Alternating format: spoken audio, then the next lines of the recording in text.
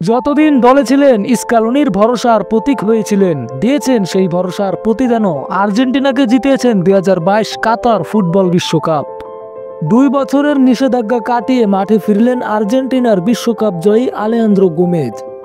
Lionel মেসির সাবেক বিশ্বকাপ জয়ী সতীর্থ আলেয়ান্দ্রো গোমেজ 2 বছরের ডোপিং নিষেধাজ্ঞা শেষ করে অবশেষে আবারও ফুটবলে ফিরেছেন।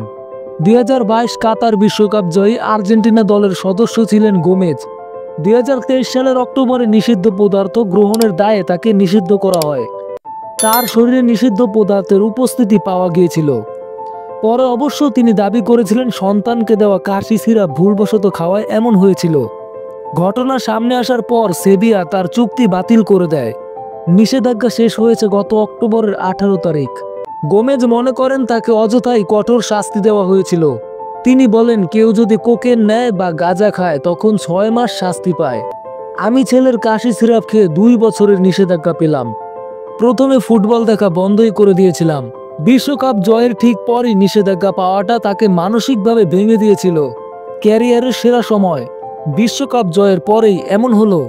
মনে হচ্ছিল আমি তো অবসর নিতে চাই না, তাহলে কয়েকজন স্যুট টাই পরা লোক কেন ঠিক করবে আমি কবে অবসর নেব।